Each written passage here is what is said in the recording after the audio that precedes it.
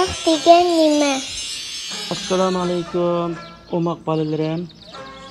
Axloq degan bolalarim insonning ruhida yerlashib, odat holiga kelgan ishlarni ko'rsatadi.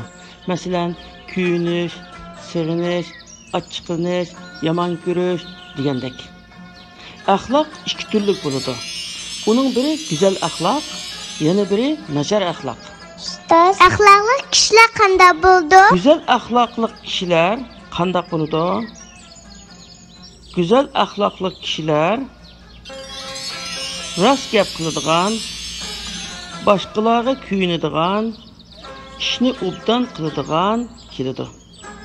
Endi nachar axloqli kishilar qanday bo'ldi deganda, nachar axloqli kishilar yolg'on aytadigan, aldamchilik qiladigan, va'dasida turmaydigan, yaxshi ish qilmaydigan, insonlarga ziyonli ish qiladigan kishilardir.